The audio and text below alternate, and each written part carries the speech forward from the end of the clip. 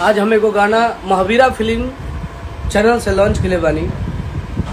हर किरे पगली डीपी लगल खेसारी लाल के, अरे रे पगली डीपी लगल खेसारी लाल के।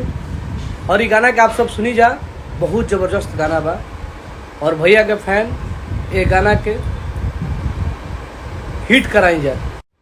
आज हम एगो गाना महावीरा फिल्म चैनल से लॉन्च के बानी। हर किरे पगली डीपी लगल खेसारी लाल के, अरे रे पगली डीपी लगल खेसारी लाल के।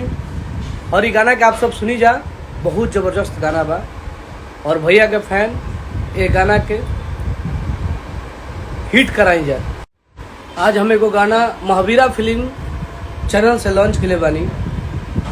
हर किरे पगली डीपी लगल खेसारी लाल के, अरे रे पगली डीपी लगल खेसारी लाल के।